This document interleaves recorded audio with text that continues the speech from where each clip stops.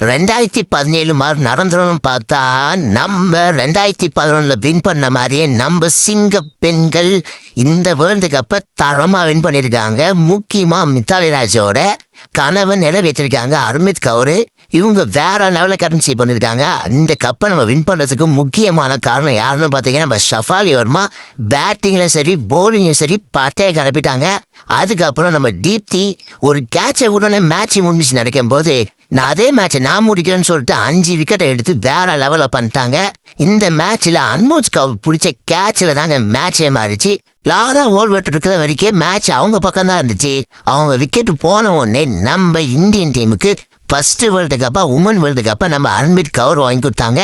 வேற லெவல் ஆனாங்க. எனக்கு ரொம்ப சந்தோஷமா இருந்துச்சு. இதே மாதிரி 2027 நம்ம இந்தியன் டீமும் வேர்ல்டு கப் வாங்கிட்டாங்கன்னா நம்ம லிஸ்ட் ஓவருங்க. நீங்க நினைங்க இந்த 2027 இந்தியா கப்பு வாங்கலாம் மாட்டாங்க சொல்லி கமெண்ட்